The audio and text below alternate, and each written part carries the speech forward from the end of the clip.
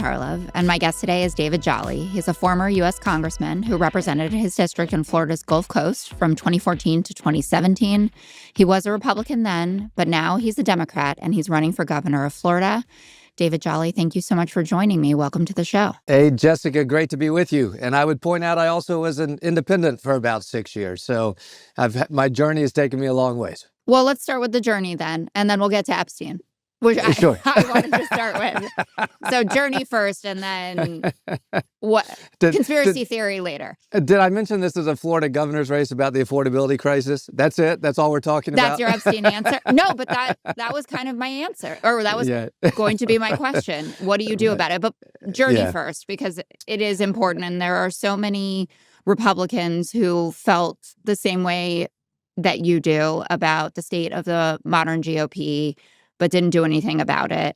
Sure. And certainly didn't change parties or detach themselves from the apparatus in this way. So please tell us about yourself. Look, very quickly, my origin story is going to sound a lot like your guest last week, Rep. Talrico from Texas. I'm a person of deep Christian faith. I'm a preacher's kid from the South. And remarkably, today as a Democrat, I talk openly about that, just as the representative was last week on your show.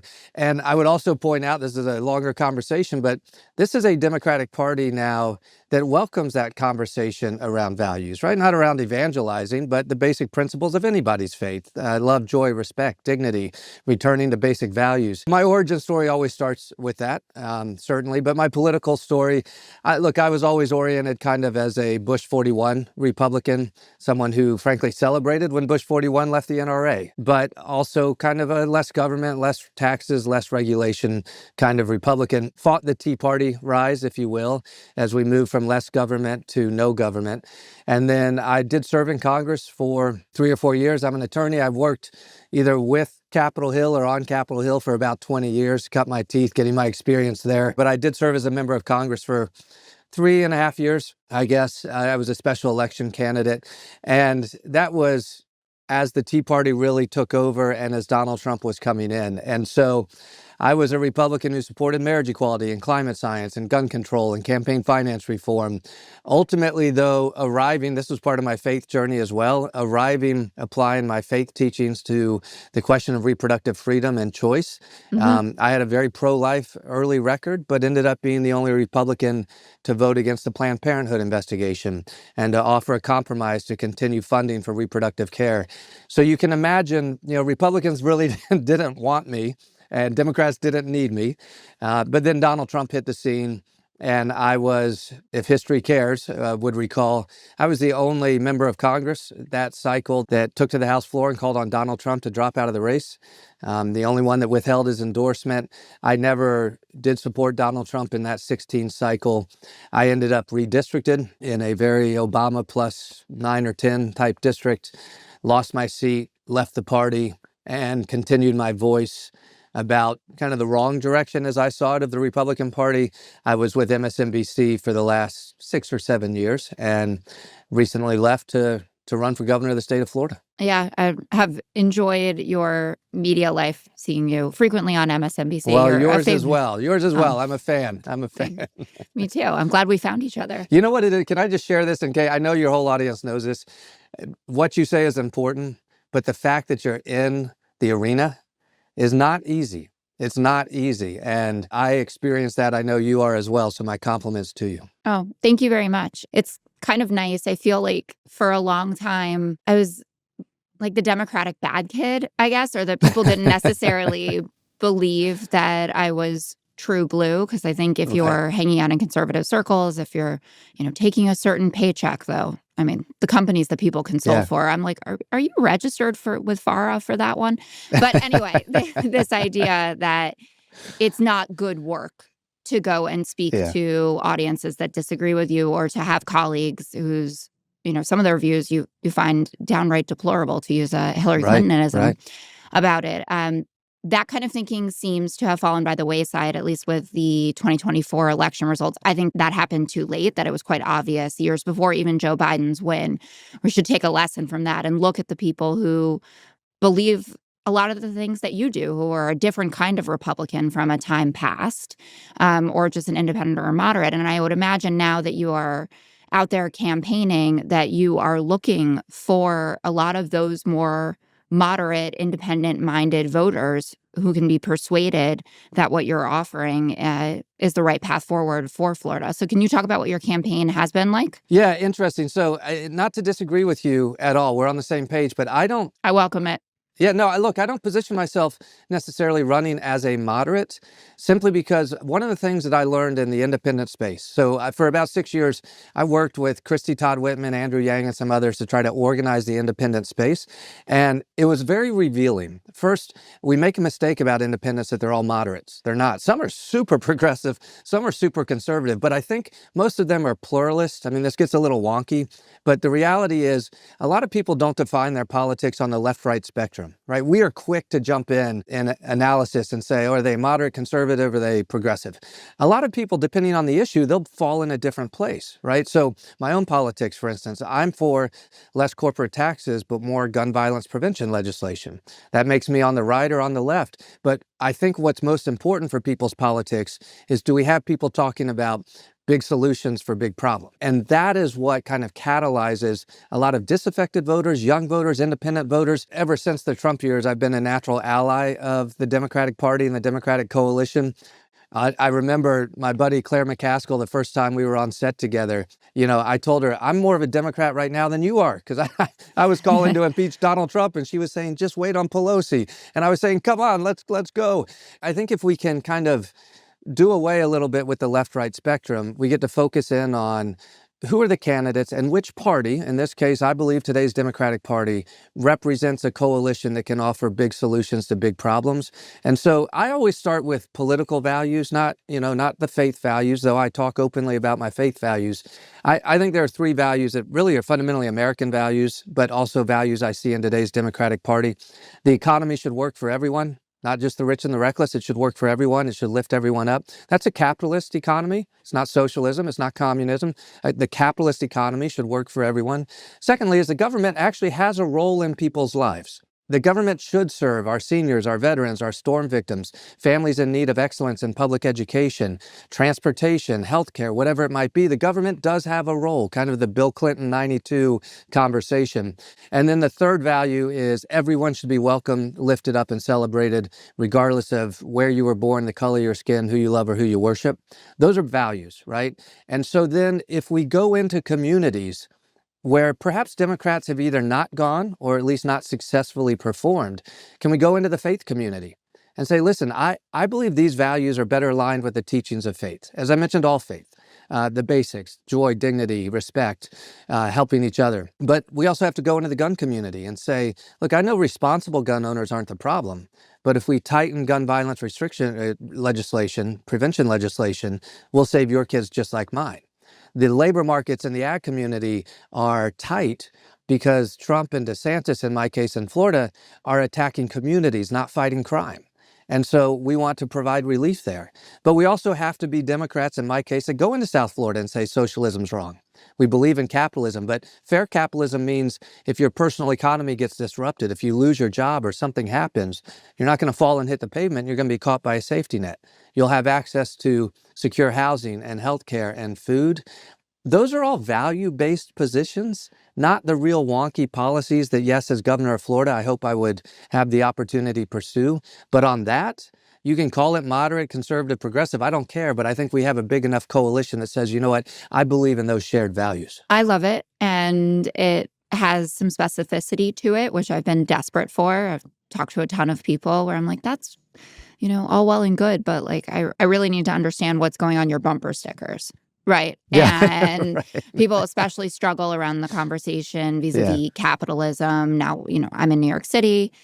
Mom Donnie will, in all likelihood, become the mayor here. Democratic Socialists are definitely having a moment. AOC is one of the most popular representatives in our party at this moment, a Democratic Socialist as well, Bernie Sanders. My question, I guess, as an extension of it is, you say, I don't care what you call it, Democrat, Republican, conservative, independent, but you are running as a Democrat, and Democrats have been doing very poorly in Florida, going so far as, say, I think it was the former state Senate minority leader, Jason Pizzo, said the Democratic Party in Florida is dead. Well, what do you think about that? generally speaking. And how do you run against that general sentiment? Because people all over the country send money to races that they desperately want to win. Sure. And it's very top of mind for folks to want to give money to races that they think are Yeah. winnable. Yeah, so let me top line this. I've been involved in Florida politics for probably 30 years. A Democratic gubernatorial candidate can win this cycle. Now, I'm not going to be Pollyanna and naive, but I also won't be super granular. Here's what I'll tell you. We are in the midst of a national change environment. A national change environment. We've seen congressional special elections move by 15 or 16 points in Florida. And certainly across the country, we're seeing similar trends in mayor's races, in the Wisconsin Supreme Court race, in Mandami's race. People are screaming that there is an affordability crisis that the incumbent class is not paying attention to. Now, in New York, that's a Democrat on Democrat conversation, right? In Florida, that's a Democrat on Republican conversation, where we have had a Republican supermajority in the legislature and Republican governor for 25 years. We have an insurance crisis in the state of Florida. We have a property tax crisis in the state of Florida. Republicans have been in charge for 25 years. We have an affordability crisis in the state of Florida that is hitting every corner geographically, from Miami to Pensacola, Jacksonville to Tampa. We have an affordability crisis that's hitting every party registration. Doesn't care if you're Republican or Democrat or independent. And so in the midst of a national change environment, in Florida where we have an affordability crisis, if Jolly is the candidate, but more importantly, if our coalition is the coalition that says, look, we need a state catastrophic fund to remove natural disaster perils from the private insurance market, because there's no longer a market to cover hurricanes and natural disasters because we abandoned climate resiliency decades ago. We can drive down homeowners insurance. We need generational property tax reform. We need to reinvest in public education. Republicans created a school voucher program that is now part of your affordability crisis because we've abandoned public education. We have a voucher program where state money goes to underperforming private schools, and your family's stuck in the middle. You sit in traffic for 2 hours to get to work and you have to pay a $10 toll. You can't live near you work. We have a crisis in Florida. That is how we win. We focus in on that crisis. My opponent, Byron Donalds, will want to make this about Donald Trump and socialism and trans issues. My job, our coalition, is to fight the affordability crisis in the state of Florida. In the end, Jessica, I'll tell you this. The reason Mandami won is because he listened to voters who were screaming that nobody's paying attention to their affordability crisis. Now, his answers aren't our answers in Florida. I disagree with a lot of what Mandami stands for, certainly, but he was a politician who listened to voters saying, please help us. In Florida, voters are saying, please help us. And Ron DeSantis and Byron Donalds are turning a deaf ear to it. Do you think that you'll be able to effectively thread the needle with Congressman Donalds and his association with Trump? Because you're going to have a lot of voters who would essentially be, if Trump was on the ballot, split ticket voters. You would hope, right, that they would pick David Jolly for governor and stick with Donald Trump top of the ticket there. So how are you going to be able to effectively do that with Donalds as the candidate? Yeah. This race is not about Donald Trump. This race is about the affordability crisis in the state of Florida. But I'm giving you the answer I'm giving everybody else. It's not to correct you. It is, how do we deal with that? I'm saying, okay, that'll be your answer. And I think that will work for a lot of people. But they have been very effective at turning local races, even one as big as the governor of Florida, into a national issue. And Donald Trump lives there now. That's right. That's right. This is the home of MAGA. Listen, when we win, it may be the biggest political victory we've seen in a very long time because this is the home of MAGA. And we know, look, in the last election, it was about a 15-point spread. We're already seeing low single digits in polling in Florida because the moment is meeting us halfway. But this race has to be about the affordability crisis. My opponent will want to make it about Donald Trump for exactly the reason you're saying. Here's why the discipline and focus is important. If we focus in on the affordability crisis in Florida, it's how you get Andy Beshear in Kentucky. It's how you get Steve Bullock in Montana. Governor's races are different. Voters perform a little more rationally, right? A U.S. Senate race or a federal race comes down to Donald Trump and Chuck Schumer and Nancy Pelosi and Hakeem Jeffries and John Thune or whatever you reflexively identify your federal politics with. But a governor's race is about the responsible administration of government, safe communities, good. So are you how have you been welcomed into the fold, the larger party? And are you looking to campaign with any national figures, or you're going, all local Florida, all local Yeah, Florida all the sure, time? sure. Look, I'm going to focus on Florida, focus on the affordability crisis. But I will tell you, what I have never liked about politicians through the years is when they run from their own colleagues and allies. And I'm not going to do that. Look, the conversation around Mandami is an important one. I was on air the night he won, and Stephanie Rule said to me, "Isn't this a problem for you?" And I said, "No, it's not, because look, Mandami's answers aren't Florida's answers, and I disagree with a lot of them. But this is a Democratic Party that's actually listening to voters who are saying we need help." And so that's the message. I'm going to focus on Florida. But the reception has been great. And for those who really are very much involved in politics, I'll tell you an observation. This is a very rational Democratic Party right now that understands we need to win so that we can amplify the values and the economy that works for everyone, the government who serves, and a place where everyone's welcome. Because if we don't win, we don't get to do any of those things. And so this is not 2018 where there was a circular firing squad around ideology.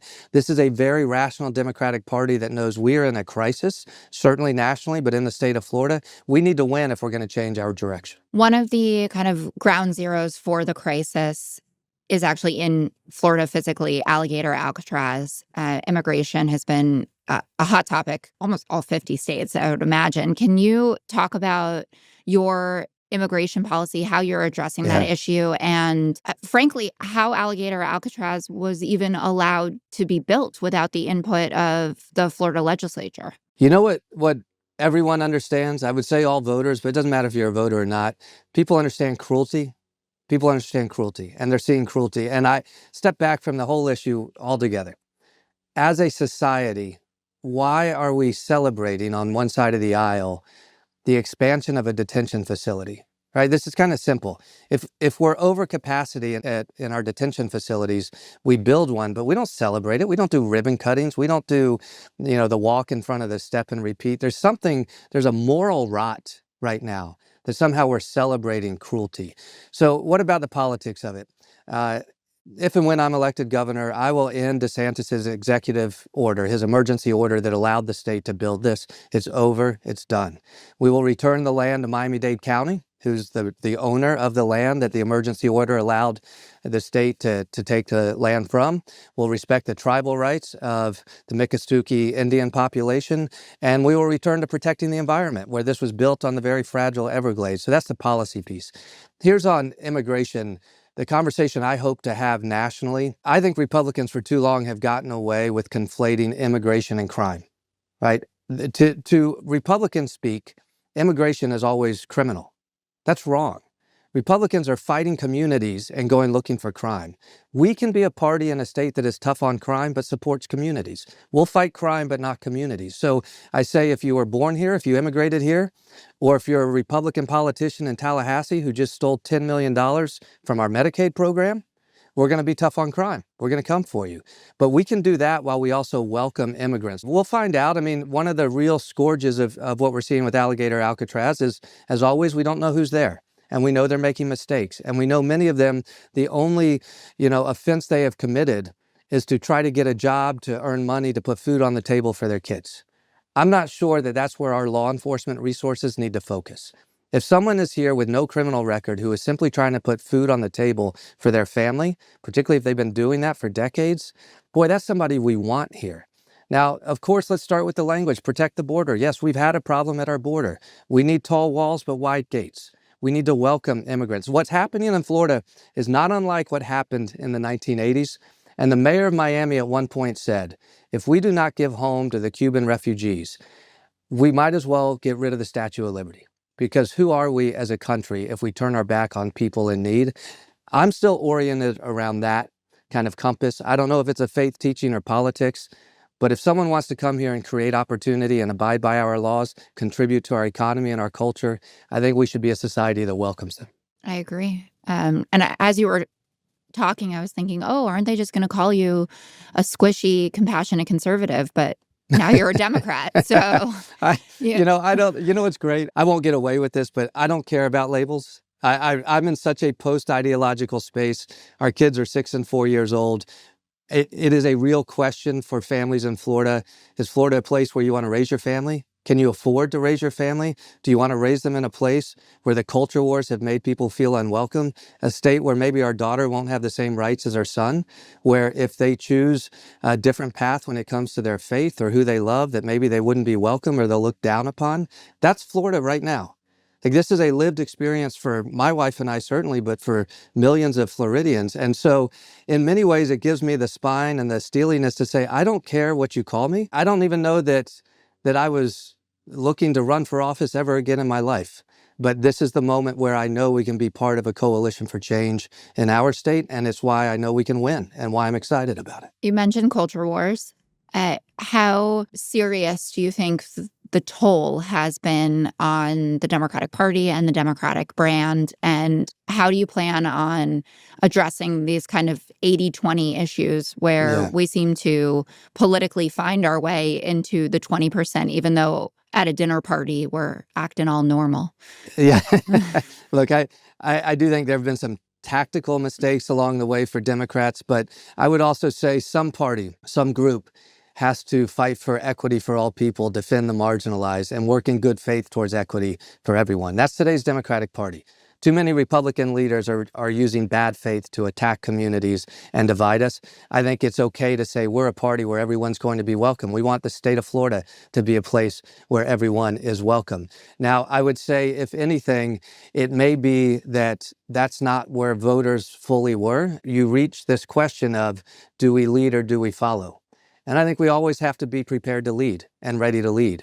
But if voters are screaming at us that I want a party to talk about my insurance costs in the state of Florida, then we need to be a party talking about the insurance costs. And when we win, we get to put an end to the culture wars. We get to return the books to the classrooms. We get to tell teachers, guess what? You get to teach again. We get to say to voters of color in communities where their franchise has been suppressed, no longer. We're going to work to undo gerrymandering and give you voice in our democracy. All those good things happen if we remain a party on our convictions that say we're going to fight for equity for all people. But Republicans too often have led Democrats and voters into an arena that voters don't even want to be in. And then Democrats follow in and say, okay, let's have this fight here. I don't think it's a matter of changing our values or where we are. I really don't. I disagree with many leading Democrats nationally who are trying to pivot the party. I don't think we need to pivot. I think we just need to focus on what are voters telling us they want solutions to. Voters are telling us they want solutions to the economy. Jessica, I've probably done 25 town halls. I've been in every corner of the state. I will just mention the question of the trans community has come up one time in maybe, say, 5,000 Q&A. Was it a Byron Donalds plant? No, actually, it was actually a super progressive person. I don't mean no, to it was a minimize super progressive Yeah. person who said, listen, I'm going to tell you I'm way out here on this whole list of issues. And he listed about 10 and trans was one. Just not something that voters are talking about. It is what, certain voices in conservative media want to talk about because they know the political impact. Yep, I know that to be true, and I apologize for my colleagues who are the ones that are doing this to all of us. I imagine that healthcare is coming up regularly in these town halls as well, especially the cuts to Medicaid that are part of the GOP reconciliation bill. What are your plans to address our healthcare crisis, both losing your healthcare, but then also the affordability aspect of the healthcare issue, which is massive? Premiums could go up anywhere for up to 26% as a result of this. The ACA is a wonderful thing, but we know also that still too many people are paying too much for their healthcare, even with Obamacare. Yeah. So Florida is one of 10 states that refuse to expand Medicaid. We need to expand Medicaid in the state of Florida. It extends care, and particularly affordable care, to families who need it. And it also is a net revenue driver to the state, given the allocation of federal share. So the first thing we need to do is fight to expand Medicaid. Here's also the interesting thing, depending on your generation, you grew up where Medicaid was a very small program for just a very specific community, those who really could not afford any health care whatsoever. That's not today's Medicaid. Today's Medicaid is affordable health care. And I think where Republicans have missed the moment with their bill is they don't realize that Medicaid provides for over 40%, I believe, of childbirth care in the state of Florida. It provides essentially for end-of-life care, right? Seniors in long-term nursing facilities who have no more resources, the Medicaid program supports them. And so if the cuts mean that instead of 3 nurses on a floor, we now have 1, that's a real cut to care for seniors in their most dire moments. And then certainly Medicaid supports families whose incomes fall below a certain line. So I don't want to hear the pro-life Republican Party telling me that somehow, they're there to protect life. No, you're not. Not if you're abandoning funding for childbirth care, if you're abandoning funding for end-of-life care and dignity for our seniors, or for families with 2 kids who can't afford health care. Not only are you turning your back on people who need health care, but you're also driving up costs in the state of Florida and across the country. In Florida, it starts with expanding Medicaid. Now, I will tell you the answer, and I think Carville said this is right, run on repealing many of those provisions in the bill. But Republicans were smart that many of the provisions of those bills don't happen until after 26. So I'm not sure that the cuts are the issue that will actually be resonating this cycle as much as kind of super voter Democrats see that they will. So then do you think the argument has got to be tax cuts for them so that we can, get a balloon deficit and cuts to veterans benefits? Like what do you do then with the bill, understanding that those cuts are going to come into play afterwards, and that also no tax on tips, even though it's on a very small portion of people's salary, that will be in effect and then get sunsetted after the midterms as well? Yeah, look, I think if you're running for federal office, you talk about reversing many of those provisions. In my race as governor of Florida, it is about the insurance market that has collapsed. It's about property tax reform. It's about fighting crime, but not communities. It's about investing generationally in a 10-year rebuilding plan for public education. So when it comes to the big bill, it would also just then be in the healthcare space of expanding Medicaid in the state of Florida. And so that would have to be my focus. I do think, though, it provides an interesting moment for us. And I know this is hard to do in politics. I've had to challenge myself. There are times as Democrats where we should look at some of the Republican provisions and say, you know what, I'm okay with that. Like, that was a good thing. One of the things this bill did is it extended the tax rates for the lowest income earners. We should have done that. We should be a part of that. But it also extended the tax rates for the highest income bracket. And look, if we could afford that, great. But I'm not sure we can afford that if the answer is then we're going to cut affordable health care for families who truly need it. So I think it's important to pick apart the bill a little bit, right? The credit for Social Security recipients is important. Look, my mom, I still assist her with some of her tax filings each year.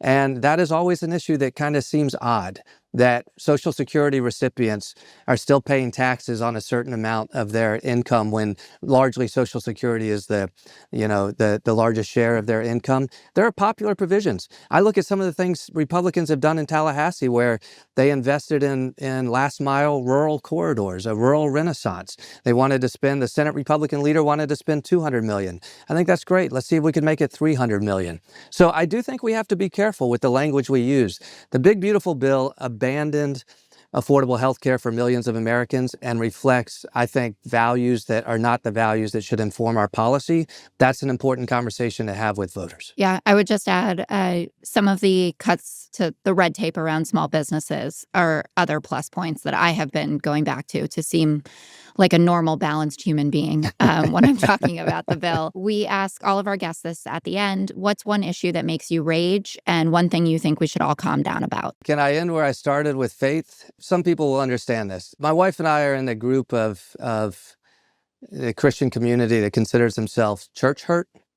Some people will know what that means. Others, that'll be odd. But church hurt is, I think, the main thing in any religion should be the main thing.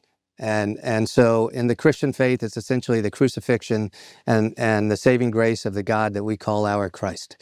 When you get beyond that, when you politicize faith, when you form a marriage between the Christian church and the Republican Party, not only is that just wrong, but you dilute your faith. You dilute your faith. I have a manuscript I've been working on. Maybe before I die, I'll finally move it to publish, but it's called Throw Away the Crutch.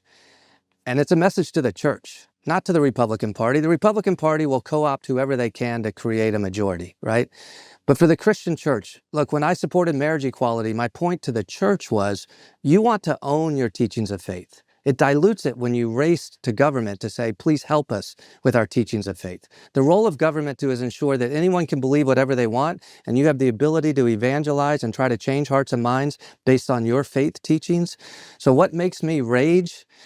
Yeah, sure, I could rage at the political party that did this, but I'm church hurt. I rage a little bit at the church for drawing the Christian community into a marriage with the Republican Party that does not only pervert our politics, it perverts our faith, and it perverts our institutions of faith. And it makes folks like my wife and I wonder every week, what do we do with our family where we want our kids to have a faith compass and to prepare them at an age of majority to make the decisions that are right for them? Boy, that one hits me in the gut. And so maybe it's rage. Look, I would say what should we all calm down about is maybe the conversation we just had. I know it's hard to push ourselves a little bit, but we can't be reflexive as Republicans, Democrats, or independents and just simply look at the other political party, everything they do as being wrong. Sometimes we got to look for what they're doing is right. And honestly, what it allows us to do is build our own coalition, because we're speaking to those voters then that, in Florida, one of the fastest growing groups, the fastest growing political group are independents. Only 33% of the state are loyal Republican voters in the state of Florida. It's one of the reasons we can win, because 67% of the state is available to us. But a large number of those voters want to hear a Democratic nominee for governor that says, yeah, I'm going to fight for the democratic values of an economy that works, a government that serves, and a state where everyone's welcome. But I'm going to do that with a coalition that's bigger than the Democratic Party. We've got to be unafraid to do that. Love it. David Jolly, former U.S. Congressman running for governor on the Democratic side of the fence. I also wanted to note your swag is fantastic. And highly anticipated report that kept the markets on edge all week. NVIDIA delivered a record $57 billion in third quarter revenue. Data center sales also hit a record, up 66% year over year, and the company provided stronger than expected guidance for the fourth quarter. Revenue is now projected to hit $65 billion this quarter. In the earnings report, Jensen Huang put it simply. He said, quote, Blackwell sales are off the charts and cloud GPUs are sold out. The stock rose as much as 6% in after-hours trading. Okay, joining us now to break down NVIDIA's earnings, we are speaking with Gil Luria, Head of Technology Research at D.A. Davidson. Gil, good to see you. Happy NVIDIA Day. Best day of the quarter, am I right? Happy NVIDIA Day to you too. It's the Super Bowl of the quarter. Absolutely. So massive earnings. NVIDIA beat expectations. Revenue up to $57 billion. It's up 62% from last year. This has been kind of a precarious week for AI. We've seen tech stocks sliding. We've seen a lot of concerns. And then NVIDIA just comes out of the gates with this crazy quarter. What does this mean for the AI trade? Well, tomorrow, all the AI stocks will be out, but we still have to keep the same level-headed approach that we've had before, which is there's real winners, there's companies that are engaged in real economically valuable activity, and then there's the companies that are engaged in some other unhealthy behavior. They're going to benefit tomorrow, but that doesn't mean the problems are solved. So from NVIDIA's perspective, the fact that they have customers that are borrowing a lot to buy chips is great. And that's why NVIDIA is doing so well, is because they have real customers, Amazon, Microsoft, Google, Meta, Elon, that are buying chips mostly based on their cash on hand and cash flow. But they also have all these customers borrowing money to buy chips. So for NVIDIA, that's great. For those companies borrowing money, for the financial institutions that are lending them money, this isn't good news. This just means that that's contributing to NVIDIA's growth. So we have to be careful. Tomorrow, we should buy the stocks that are building actual businesses around AI, and then we probably shouldn't buy the ones that are just borrowing money to perpetuate. When you look at the earnings that we saw, I mean, there were so many positive signals. Is there anything in particular that investors are most excited about? If you were worried about the bubble, as an example, and then you see these earnings and you decide, no, I'm not worried anymore, what are you citing as your evidence? Mostly the fact that the Jensen Huang and Colette, the CFO, are willing to go out further on guidance. This is a company that famously only guides one quarter at a time. And we've gotten used to that, in spite of the fact that we know that they have a book of business well past next quarter. But they've been pretty consistent with doing that up until a couple of weeks ago, and then again today, when they talked about $500 billion of Blackwell and Rubin chips that they intend to sell between this year and next year. That gives us visibility 5 quarters out. That's the first time we've had that since the beginning of the AI era. And that's what really should make investors feel more comfortable, that NVIDIA already has all these orders so far out that we're good for next year. What happens after that is it would really depends on how good the models get and how quickly we adopt them. But in terms of the data center build out as we speak right now, we're good through the end of 2026. That's the most important thing. It's better than just this quarter and next quarter being good. It tells us that the build out is continuing. You said something interesting there that this is a great quarter. These are great earnings. We're going to see AI stocks on the up tomorrow and throughout the day. But it doesn't necessarily put the AI bubble conversation to bed. That, to me, is the big question mark in the markets right now. Could you say more about why exactly it doesn't put that conversation to bed? Why isn't it the case that we should all be long AI now? We should be long parts of AI because the models are very performant. They're adding more and more value to our lives every day, to our personal lives as consumers, to our work life as employees. That's the good part. We should continue to invest in that. But we've talked in the past about the round tripping, the closed party transactions, the circular relationships that NVIDIA has with a customer like CoreWeave, where they invest $1, CoreWeave turns around and borrows $9, and then it has $10. It uses 8 of those to buy NVIDIA GPUs. That's great for NVIDIA. They invested $1 and sold $8 of GPUs. But then CoreWeave is stuck paying $1 a year of interest, and they only make 50 cents of profit. Right. So that increase in leverage in financial debt is what we're looking at. And we've probably crossed the $100 billion mark of loans being made to build data centers at mostly high interest expense. That's what's going to come to bite us. If we keep down that path, that's where bubbles burst. When we have hundreds of billions of dollars of debt, and all of a sudden we'll get to a point where we have all the compute we need, which we will get to, and then the price of the compute declines. All these data centers can't pay the interest expense. Not only will they go bankrupt, all that debt will default. And that'll drag everybody down with it. That's what we're trying to avoid.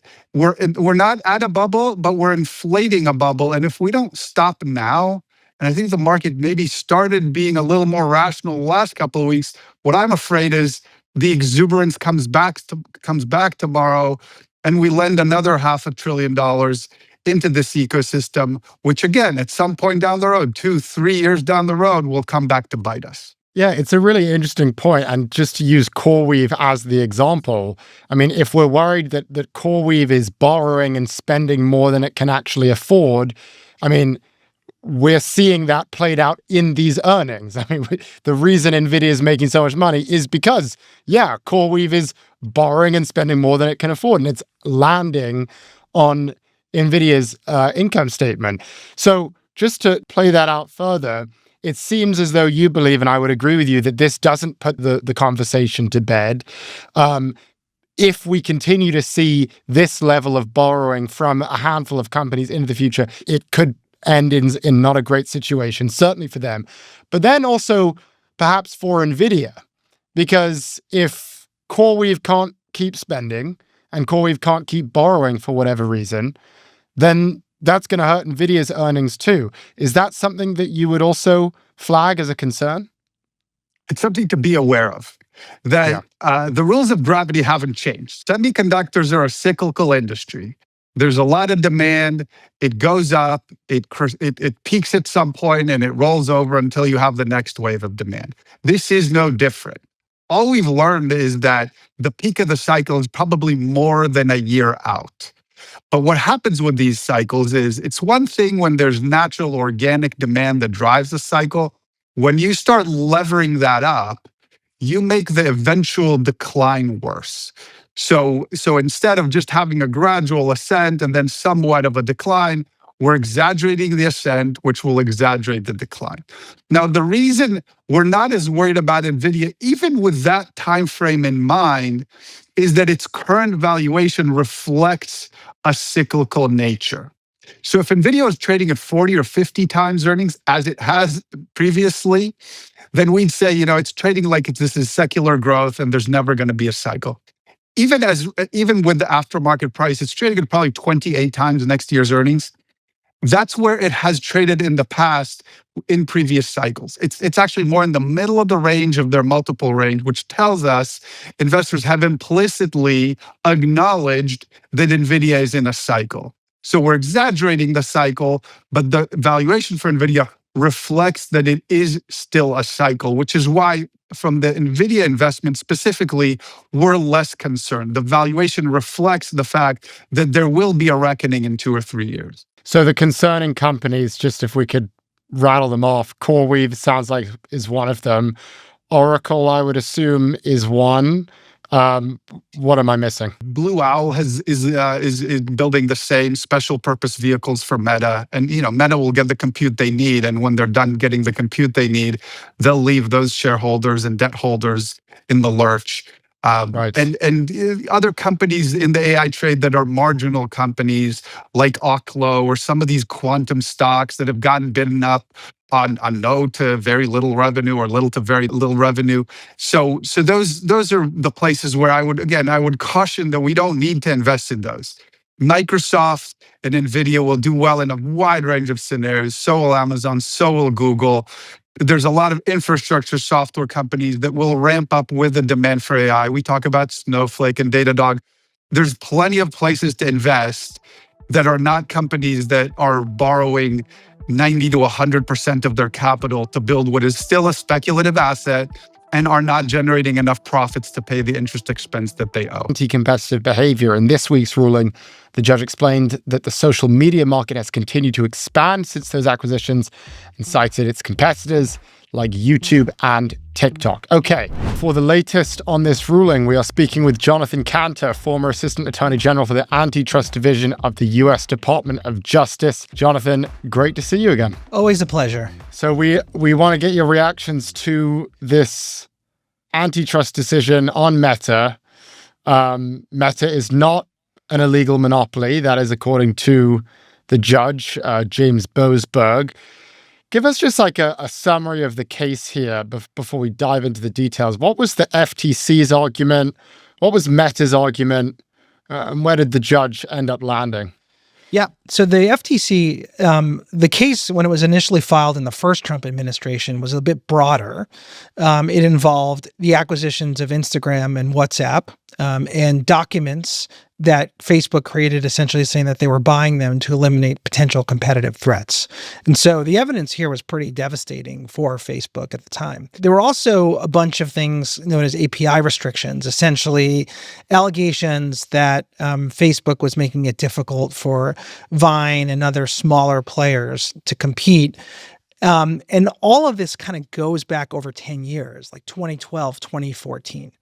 So in 2020, the FTC files a case essentially saying that Facebook broke the law through the acquisitions, in addition to those API restrictions. The court cut back the case, said that the API restrictions claim was no longer valid. And so really by the time it got to trial, it was about whether Facebook broke the antitrust laws, entrenched its monopoly power by acquiring these nascent threats at the time in Instagram and WhatsApp. Facebook said, wait, we don't have a monopoly, TikTok and YouTube. And so the court essentially said, okay, I'm going to hear that evidence, even though TikTok and YouTube didn't exist in there, or at least TikTok didn't exist in 2012, and YouTube was a very different company back then. And ultimately what happened here is the court listened to the evidence and said, well, I have to look at the world as it exists now, not as it existed when the anti-competitive conduct took place, or for that matter, when the case was filed. And today, looking at the evidence, I think TikTok and YouTube are competitors. Therefore, Facebook doesn't have a monopoly. Therefore, they didn't violate the antitrust laws. So it's so interesting because it sounds like what you're saying is similar to what we saw with the Google case, where there's this recognition of, yeah, you were a monopolistic entity at one point, but now things look a little bit different and it's harder to say that. I mean, as you say, the evidence was devastating. I remember reading those texts from Zuckerberg to employees basically saying outright, yeah, we need to buy up the competition. Otherwise, they're going to outcompete us. So, I mean, does this basically mean that you can be monopolistic in the past so long as you're not monopolistic in the present? Like, how does that make sense? That's one way to read it, but it doesn't make sense. So in comparing it to the Google case, the first thing I'd say is there's a big difference, which is that at least in the search case, the DOJ won, right? The court found that Google had an illegal monopoly and that it had a monopoly power and it violated the law. The court declined to go big on remedies because it said that AI was disrupting the market and wanted to wait and see what happened. Right. That's different than saying Facebook never violated the law in the first place, or Meta, as the artist formerly known as Facebook is now called. So there is a significant difference there, but it also, I mean, it's a head scratcher, right? Because this case was filed 5 years ago, and the court waited 5 years to reach a decision, and then said, oh, well, maybe 5 years ago it was illegal, but now it's not. And I think there are a number of lessons here. First of all, the FTC should have blocked both of these deals in 2012 and 2014, respectively. All the devastating evidence was there for the FTC when they reviewed those transactions. Instead, and this was in the Obama administration, they waved those deals through. And one of the lessons is, okay, we need to block deals in real time. And I think that's an important lesson to learn now when we see all these circular investments in AI. Right. Waiting down the line and trying to deal with it, 10 or 15 years later is probably not the smartest move. The second is we need to push these cases to go to trial faster. And so at DOJ, when we filed our ad tech case, we were in court in the Rocket docket. And by the time we got, it was under 2 years by the time we got to trial. And so it was a much faster, more than half, in less than half the time, or more than half the time. So it was under 2 years, whereas it took 5 years for the Facebook and Google search cases. So these cases need to move faster. Yeah. And I think courts need to give us justice faster in these cases. Yeah. Just going back to the decision itself. So he says it isn't illegal. They didn't do anything illegal because TikTok's here.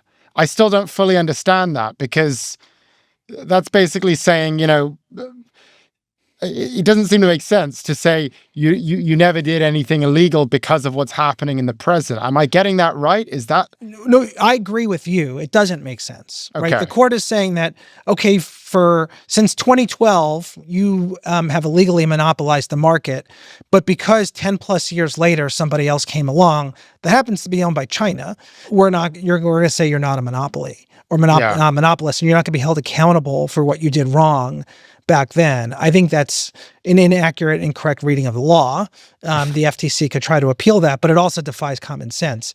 It also defies common sense to suggest that TikTok is the answer. One, notwithstanding the act of Congress, it's still run by the Chinese government. And so the alternative for friends and families is going to a platform that essentially is spying on you. And two, it's just, if you actually use the products, Facebook's different, right? You interact with your family and friends in a more personal way on Facebook, whereas you consume video and you're entertained by celebrities and sometimes family and friends on TikTok. And so while those differences to a boomer might seem insignificant, I think to people who actually use the product, the differences are quite significant. Just as an observer of what is happening here, we've seen two separate cases in the same year against big tech where there was overwhelming evidence that illustrated in great detail how these companies are running monopolies. And in both cases, the judge looked at it,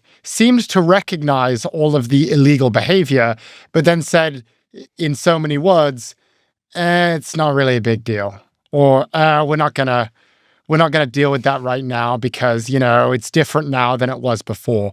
As an observer, it appears that these judges have maybe compromised in some way. Maybe it's that they're corrupt, or maybe big tech has an influence that is distorting their judgment. I'm not making those claims. I'm just saying I'm watching what's happening. And as a consumer of the news, that's kind of what it looks like.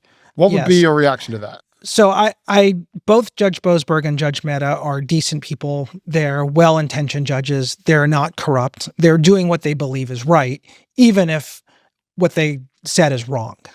So I think both can be true at the same time. And I want to be very clear about that. They are noble jurists who are trying to do the right thing. And they've, I think they both fucked it up, but they are good, well-intentioned judges, and it's not a function of corruption. It's a function of a process that has been corrupted. Okay. And the process is that there's this, massive deference to companies and markets in ways that average individuals don't have.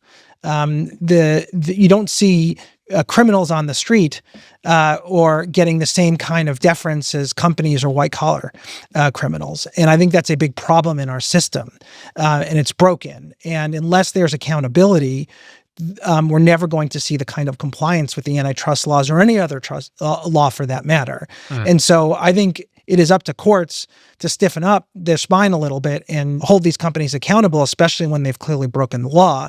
Again, the Google case is a little different. There are two of them. There's the search case where court found they broke the law, but said, hey, I'm not going to do much about it because of AI.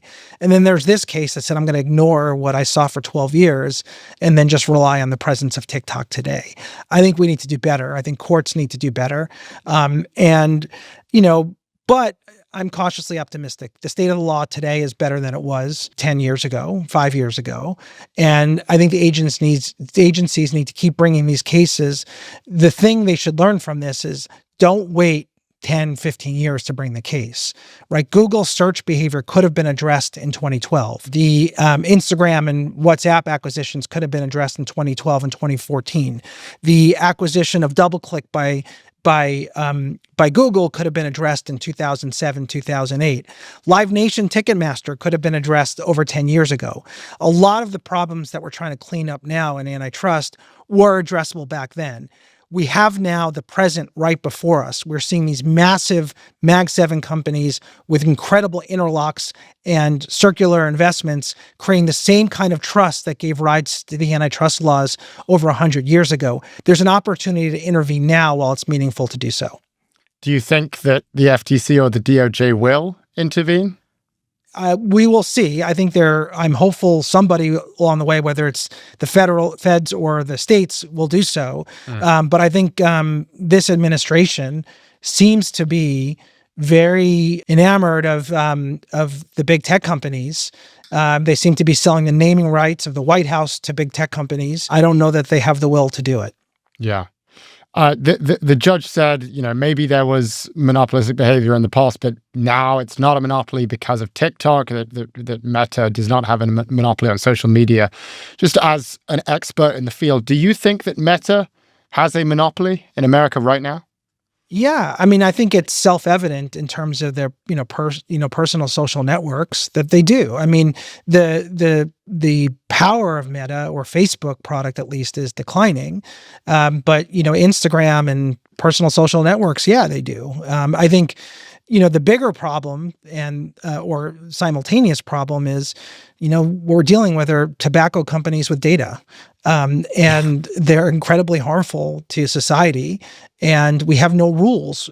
I say this whether it's in AI or in social media or in tech generally, but it's like we've invented cars and trucks and railroads, but we have no lines on the road, stop signs, or traffic lights. And we need some basic rules of the road so that we can operate safely and predictably. And right now, we have none of the above. Just before we let you go here, we always like to get kind of your update on what else is happening in antitrust. What are the other cases that you think we should be really paying attention to? I mean, even if you're just an observer, what are the really important cases that are happening right now? Yeah, I think there are a couple of really big important cases taking place right now. One is the closing arguments in the remedies phase of the Google advertising case is going to take place on November 21st, I think is the latest schedule, to determine whether they will have to break up the Google ad tech stack. I think it's really important to watch that. That's different than the search case. And the DOJ already won that case like it did in search. And so now the question is, what will be the consequence? The other case that's coming up that I think has captured the hearts and minds of people around the country is the Live Nation Ticketmaster breakup case, which is going to court in New York in March. And it's very, I think a very important case, one that has tremendous amount of popular support and backing. It also has, a lot of state attorneys general. And so even if the Trump administration tries to settle it, I just don't see the states going along. And so I think the likelihood that case gets to trial is very high. And I think there's going to be a great deal of interest in it. It was Mohammed bin Salman's first visit since 2018. Trump said, quote, "We are more than meeting, we are honoring Saudi Arabia." The trip included a red carpet welcome and a black tie dinner that featured various business leaders, and it wrapped up yesterday with the US-Saudi Investment Forum. So, MBS and Trump meet once again, this time at the White House. Plenty of fascinating elements in this story. One is the people who showed up. We saw Elon Musk, we saw Tim Cook, Jensen Huang, even Cristiano Ronaldo was there. Two is the fanfare that we saw offered to the Crown Prince, a 21-gun salute, a fighter jet flyby, a performance from the Marine Corps band. And three, probably the most fascinating, was what happened when Jamal Khashoggi came up in this meeting. Basically, a reporter asked a question about the now infamous murder and dismemberment of Jamal Khashoggi, the journalist for the Washington Post, to which Trump actually defended MBS, and he said, quote, "Things happen." And he also said that a lot of people don't like Khashoggi, which was an absurd way to defend a literal murder, and kind of striking in terms of his deference towards Mohammed bin Salman. Outside of that, though, there were also some updates as it relates to markets, which is what we talk about. And that is, we learned that Saudi Arabia is committing to invest $1 trillion into the United States. That is what we heard from Mohammed bin Salman. That was the number that Trump was very excited about. We got a big press release from the White House. We saw several articles about this. In sum, the big news from the meeting is Saudi Arabia is now investing $1 trillion into America. Now, you might be feeling a little bit of deja vu here. You might be thinking, actually, this sounds kind of familiar. I think maybe I've heard this before or seen this before. Well, I'm here to tell you, you have seen this before. In fact, 6 months ago, you heard this exact same announcement when Trump was over visiting the Middle East. And it was during that trip that the White House announced this deal with Saudi Arabia, where Saudi Arabia was going to invest, wait for it, $1 trillion into the US. So why are we here again? Why are we getting the same headline? Well, there were some caveats to that original deal back in May, because the number changed several times and quite drastically. It was originally $1 trillion, and then it was, no, it's actually $300 billion. Then it was, no, it's not 300, it's actually $600 billion. That's supposedly where we landed, but now I guess we're changing it again. So the new number is $1 trillion, which means we're basically back to where we started. And that's what we are supposed to be celebrating. That is our big deal with Saudi Arabia. Now, I have some questions about this deal, and they are the same questions I've asked when we've seen every other deal in this administration, and they are the following. One, is there a treaty or is there a contract? Two, are there any written terms of agreement? And three, has anything been signed? And once again, the answer to all of those questions is no. And so we are left to conclude the same thing we concluded with every other deal. And that is that this isn't really a deal. This is a press release. This is a marketing stunt. And it doesn't actually mean anything. And we've seen this over and over with Trump. And honestly getting sick of it. I mean, we saw it with the $550 billion of investment from Japan, which never actually materialized. And then we later learned actually it's only $5 billion in investment and the rest of it's debt. We saw it with the $600 billion from Europe, which everyone was up in arms about, which never seemed to materialize either. Before that, we had the $200 billion investment from China, which we never actually saw. And in fact, during his first term, Trump made almost the exact same announcement with the Saudis. He said that Saudi Arabia was going to invest $450 billion into the US. They ended up investing less than a fifth of that. So here we have the same thing. Big number, big headline, no substance. Nothing that actually means anything, nothing that'll actually happen. And if you don't believe me about that, well, then I would just encourage you to simply pull up a Google tab or pull up ChatGPT and type in the following question. Ask, what is the total value of Saudi Arabia's entire sovereign wealth fund? The whole thing. Ask Google that question. I'll give you a hint. It's less than $1 trillion. So what did we learn from this meeting? We learned that Trump still really likes MBS. We learned that Elon Musk and Trump are probably getting along better than they were a few months ago. We also learned that Cristiano Ronaldo is probably a Trump fan. And these are all interesting, fun things.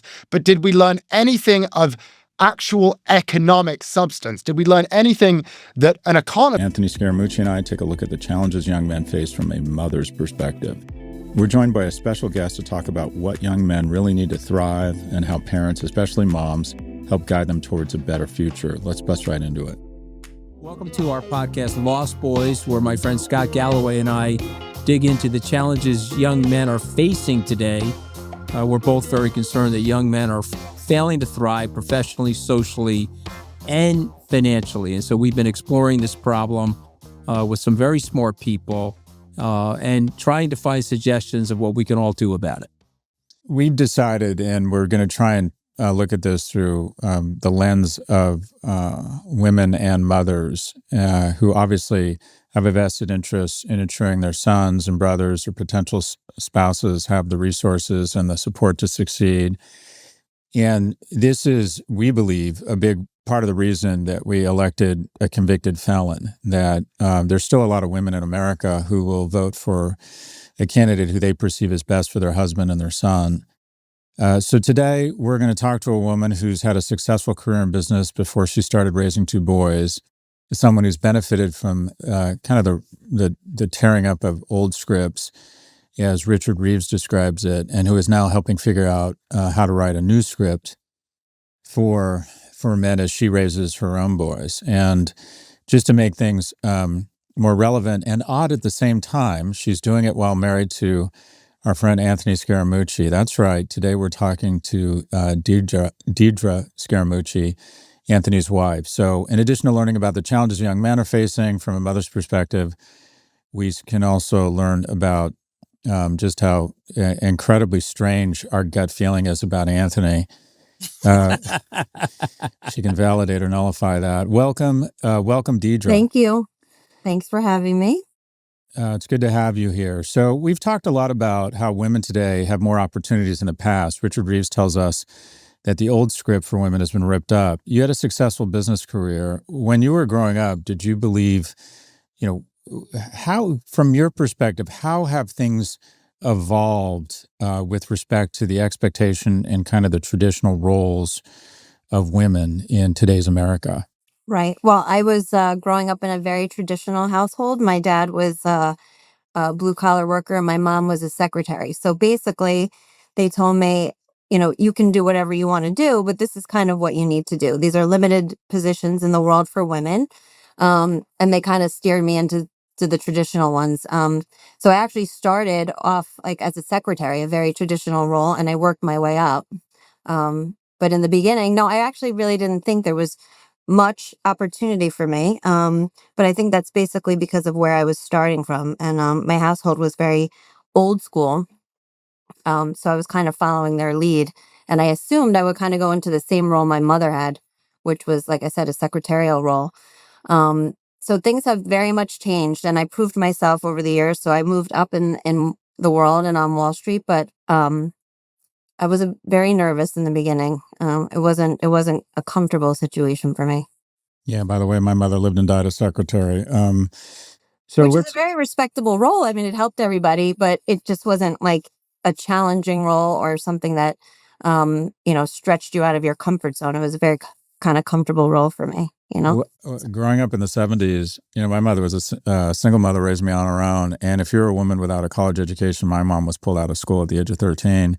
You could do one of three things. You could be a secretary, you could be a real estate agent, or you could be a travel agent. That was the universe of employment opportunities for women who weren't blessed with the opportunity to get some sort of educational certification. That was it. You could be a real estate agent or basically a secretary. You couldn't even be a teacher, right? Because teachers require a certain level of certification. Right. You had to be self-taught in whatever role you were assuming, right? Yeah, but you also just couldn't, quite frankly, you might be handy, but you couldn't be a plumber. No one was going to take a female plumber seriously. I mean, I don't think people really give us enough credit, and then we'll move to the topic here around how far we've come, or quite frankly, how fucked up we were with respect to the expectation around what women could do or not do. Anyways, let's pivot to talking a little bit about raising boys. What do you see out there as you raise, we'll say raising two men? What do you see as the biggest challenges as it relates to? I mean, obviously, there's a lot of challenges raising boys just in and among itself, but in terms of what society expects from them, some of the pressures that are placed on them. What are your thoughts, or what surprised you, or what observations do you have about raising men in today's America? Well, as we all know, I think parenting is an experiment, so I've not yet cracked the code on all of it. But in terms of our household, like I said, our kids are very young, but I think we are also carrying over the kind of traditional home that we both grew up in here a bit. And I think that's the foundation for our parenting. So there's still a feminine energy, there's still a masculine energy, because I believe the masculine energy right now is kind of something that people are poo-pooing for whatever reason. So I'm still trying to keep that like a constant thing in my boy's life. Like, it's okay to be a man. Like, you can have that masculine energy, but you also have to be a gentleman. So I'm trying to teach them to embrace their masculinity, but also be kind, have manners. I think also people don't make their kids do things that make them uncomfortable anymore. Like today, our son had to do the Pledge of Allegiance. He's in 5th grade. He's 11. He was freaking out on the way to school. And I was like, Nick, I know you want to run away right now and sit in the parking lot with me, but I'm going to make you go in there and do it.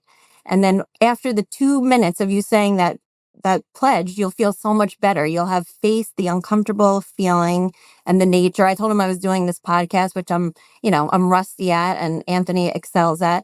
And I said, I have to go do that. I'm afraid to do that with Dad. But I'm going to do it. And I think that people don't push their kids to do these things anymore. They let them out of everything. And I feel like it affects their personality. It affects their lives. Because as we all know, when you're never uncomfortable, you never grow. And I feel like you have to push, especially boys, which probably sounds terrible.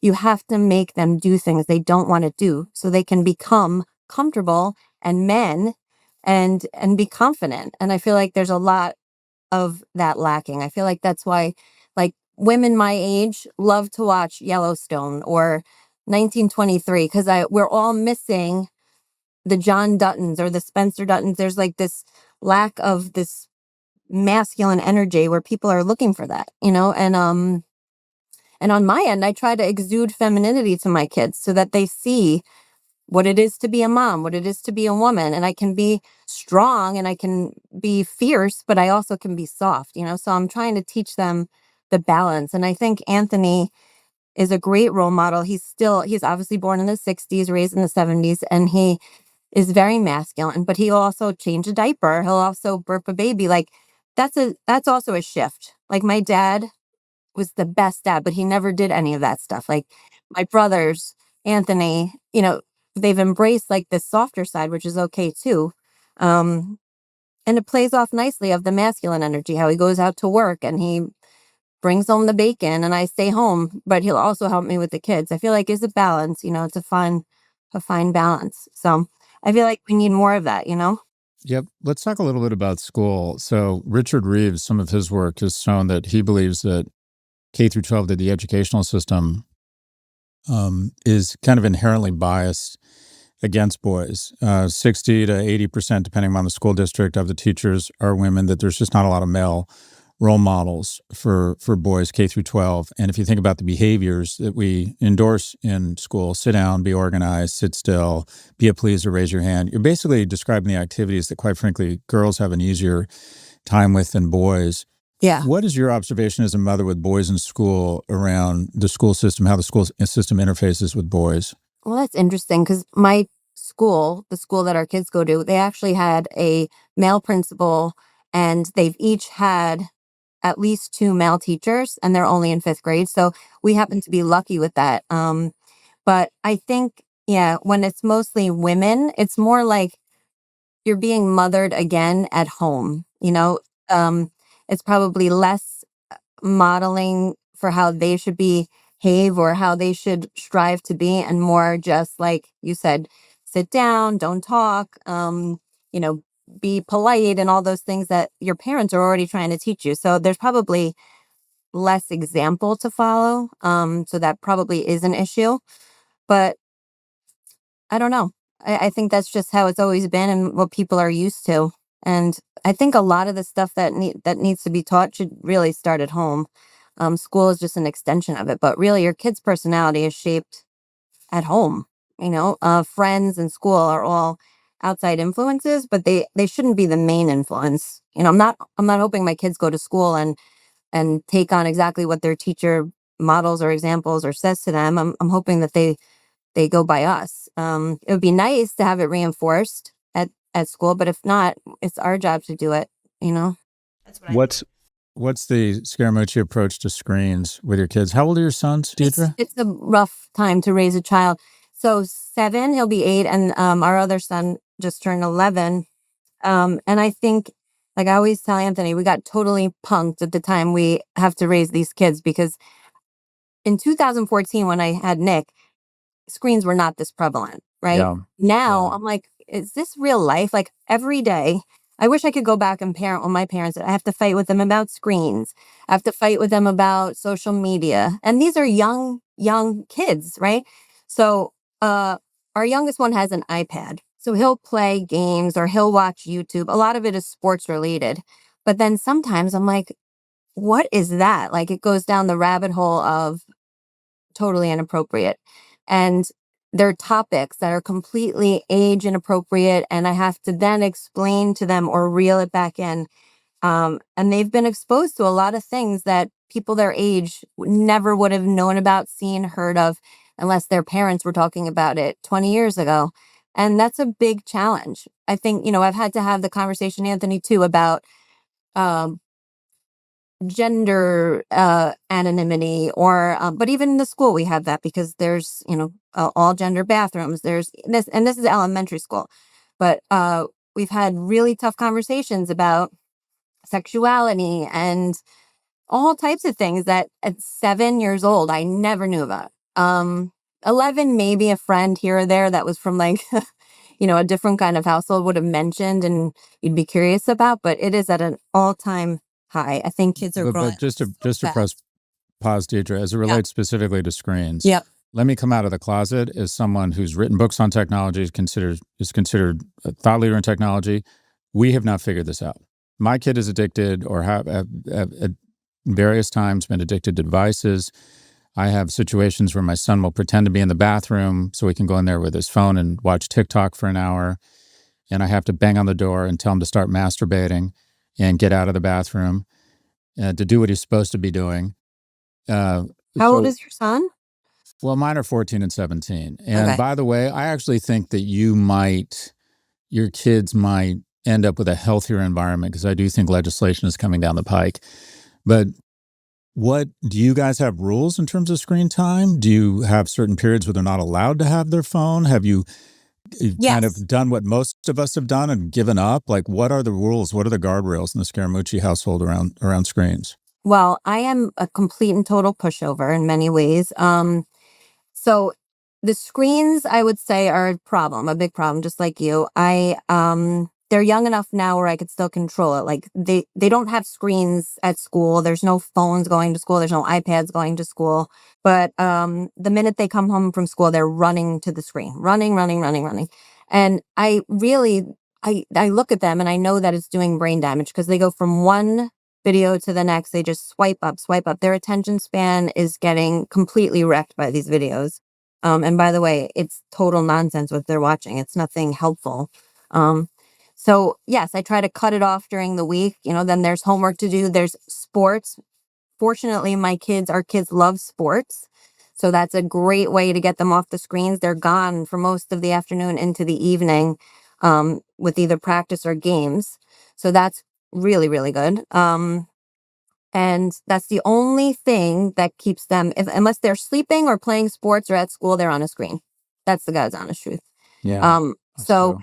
we did this crazy thing where we literally installed a full court basketball. I know that this is ridiculous and not many people can do this, probably out of touch, but we put a basketball hoop in the front entrance of our house so that, because our kids love basketball, they literally have cut down their screen time, I would say by half, because they're constantly just playing basketball in the front of the house, whether their friends are over or the two of them together, or the minute Anthony comes home, they ask him to play. So I kind of did something ridiculous and put that there to try to coax them off the devices. In the spirit of candor, this is your second round. You've locked and loaded again, right? Yeah, I duped him into having a whole nother set of kids. Another brood. Poor thing. So my question for you, Anthony, is how is your approach to raising kids changed as someone who's a little bit older, probably a little bit more financially secure, hopefully a little bit wiser? How are you editing, altering, changing your approach to parenting in round two? So, it's a seminal question, Scott. I had my first kids. My first son was born when I was 28. And just to set the scene, I had maybe still $100,000 of school debt. I was working at Goldman Sachs as a junior associate there. And, the money was okay, but I was living in a apartment in Tarrytown, New York, above a nail salon because I frankly didn't have any money. And so I was living outside of the city, taking the train into the city. And so the level of financial anxiety I had raising my first set of kids on a scale of 1 to 10 was probably a 15. And so me too. I was a workaholic. I was obsessed with work in an effort to pay bills. And, I did my best and I did, but I would say I was probably, being brutally honest, I would say more focused and obsessed on work. Okay, stay calm. Here's the get. Also, I was an overreactor. One of the things my dad, and I don't mean to say anything untoward towards my dad because I have enormous amount of respect for him. He's now passed. But he was very overreactive as a parent. So he would beat the daylights out of us, Scott, if I left the light on. I don't know if you had this in your family, but, my dad was like, we have no money, so make sure every light is shut in the house unless you're actually in that room. There was corporal punishment for that stuff. So I never hit anybody, but I used to get bombastic and overreactive and overly emotional. And I think my daughter said, okay, here he goes. He's going Zulu again. That was their, I don't know, that's probably not even allowed to say that. It's like a derogatory. But I was like in a war mode. And I think I'm a calmer parent now. I think I'm wiser. I think I'm a better listener. I'm not perfect, sure. I'm distracted as well. I'm tired. Sometimes I come home from work exhausted. But I think what I want to ask both of you is 1964 is a big year for Scott and I. That's when we were born. Mm-hmm. And so we both got raised in the 70s and the 80s. You got raised, frankly, Deirdre, in the 80s and the 90s. Right. What's different today? Like for me, the seminal difference is that we're apologists now to our kids. Okay, like in the they're in charge. In the 1800s, the kids got sent out into the field, shut up and don't speak until we tell you to speak. And if you drop dead in the field, no problem, we're going to make another one. And then in the 80s, I was a latchkey kid. I don't know if you were, Scott, but my parents didn't even know where the hell I was half the time. I was run out of paper route at age 11. My mother had no idea. I was taking the train to Met games by myself. My mother had no idea. And now we're like, the kids are in control. They're our bosses. We're subordinate to them in every step of the way. That's my difference. What are your differences? Scott, you want to answer? Sure. So it sounds like we had similar upbringing, and some of it's good, some of it's bad. And that is, I was raised, like I said, by a single immigrant mother, lived and died as secretary a lot of my life. We didn't have a lot of money, but it's not a sob story. It was fine. I had what I call a remarkably unremarkable childhood, and that is from the age of 8, my mom couldn't find babysitters. It was expensive for her. One was a religious freak and used to make me stand in the corner with my arms raised like Jesus Christ if I said the word God. I remember the next lady I had, when the ice cream truck would come, she'd give her kids 35 cents and me 10 cents. And my mom went crazy when she heard that. And so I said to my mom, I'll take the $2 a week and I'll take care of myself. And my mom used to leave the house before I got up and get home, an hour before I went to sleep. The television raised me. I was raised by I Dream of Jeannie and the Partridge Family. And I would say that whenever, my wife or anyone accuses me of being a sexist, I'm like, you got to keep in mind, I grew up on Yes Master and Jeannie Go to Your Bottle. I have come really far. I was raised on television. I used to come home at 3 and watch TV until 8 p.m. till my mom got home. I would make her a cup of tea. I'd already eaten dinner or not eaten dinner. But what I had like you, Anthony, was, I'm not exaggerating, Saturday morning, I'd leave the house at 9 a.m. with an Abba Zaba bar, a Schwinn bike, and 35 cents. And I would come home 13 hours later. My mom had no idea where I was.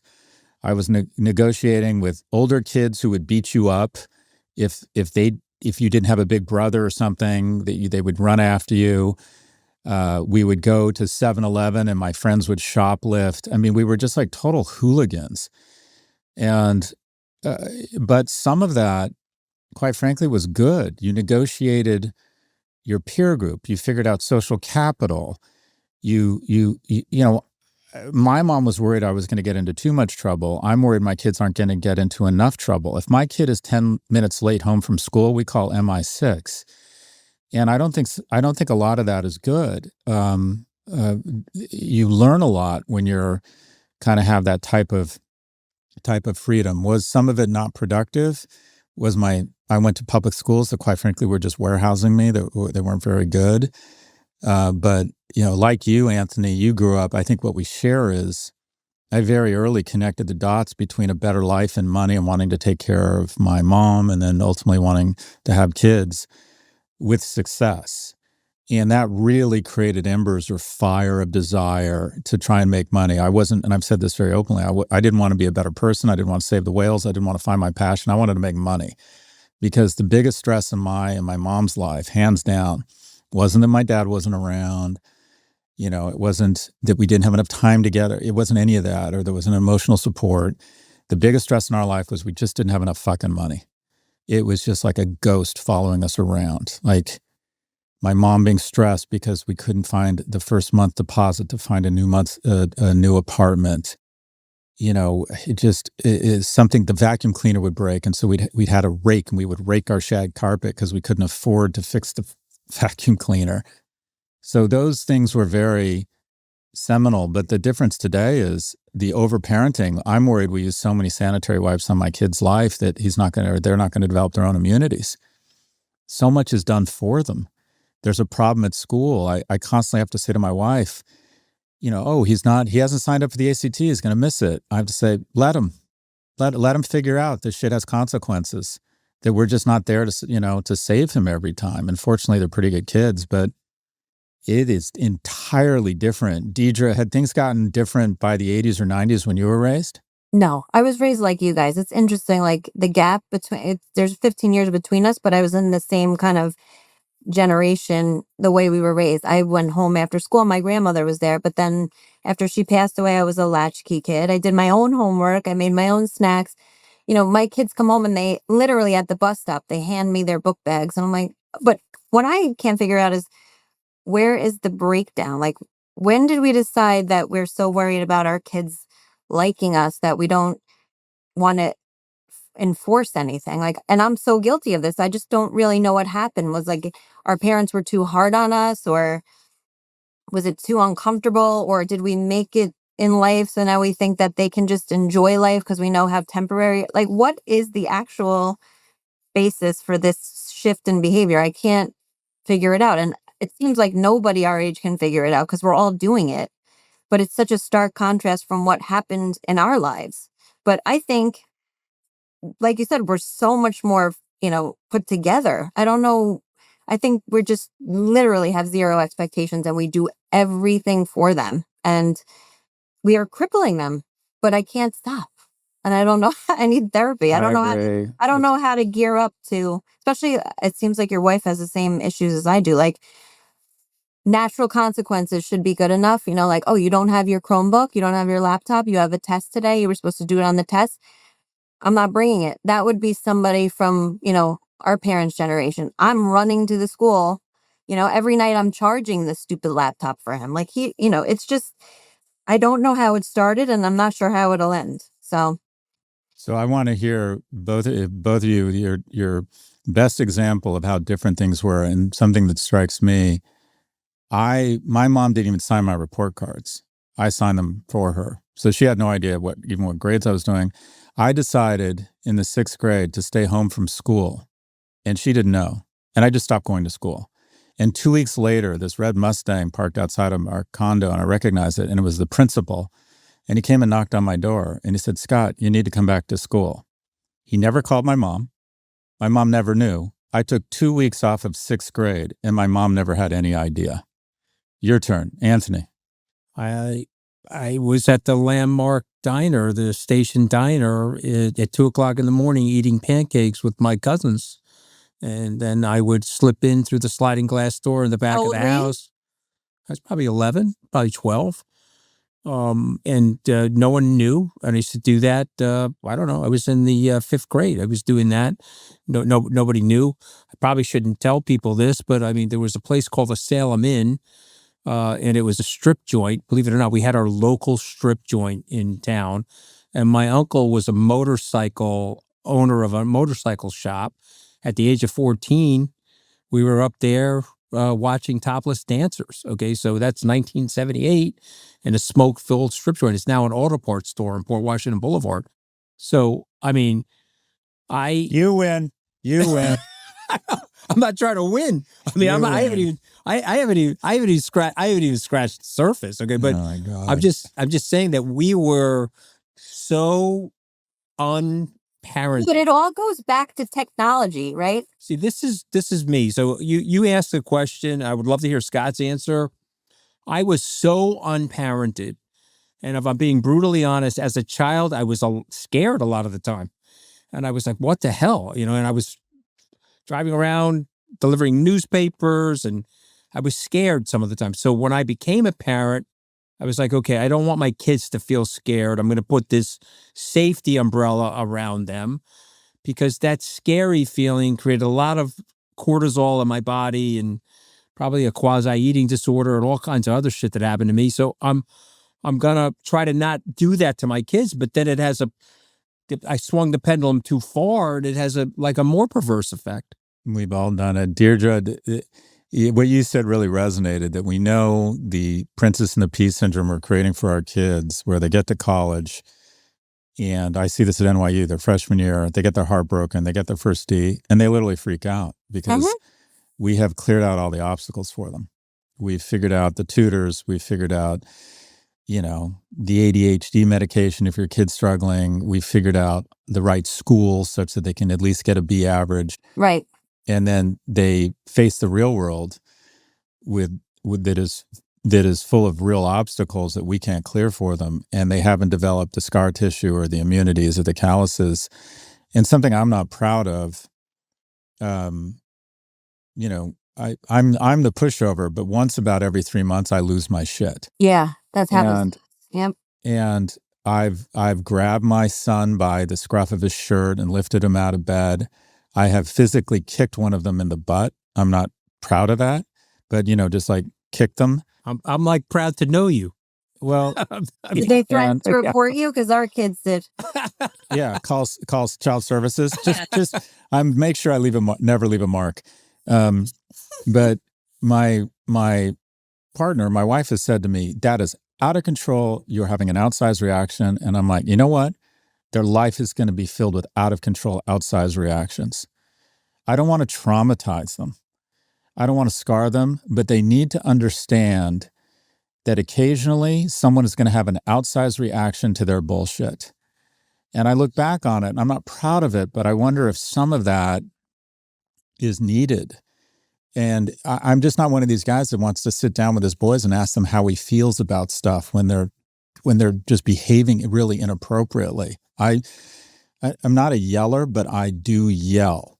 And I'm curious, Deidre, as someone who observes, I think Anthony's probably is a little bit like me. Like what is the balance between a dad, quite frankly, having that sort of dad energy sometimes that, quite frankly, can be a little bit, I don't scary, intimidating, and also, but ensuring you don't traumatize your kids. Well, that's the thing that I'm going back to is like, I don't think my parents were ever like, oh, I'm traumatized. I know for shit sure I was traumatized plenty of times. And I think I'm fine today. I'm functioning adult. I don't know why we're so worried about traumatizing them if they'll like us, but we are. So I can't figure that out.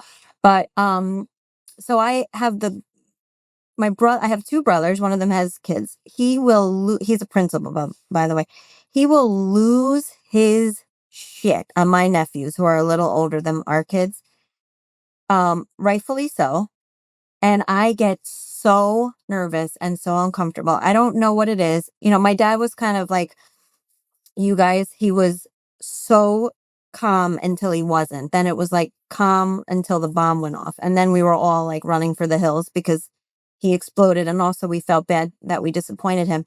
But when my brother does that, I'm like, wow, because he will get physical. He will not like hurt them, but he'll be like, you don't get to do that. Or like he will pull them aside. And my sister-in-law and I are like, or Anthony will sometimes get really strict and yell and raise his voice. One time he kicked a box of Bisquick and it exploded everywhere. My kids always say now, oh my God, Dad's about to kick the Bisquick. Like he's about to go Bisquick. It's about to go Bisquick.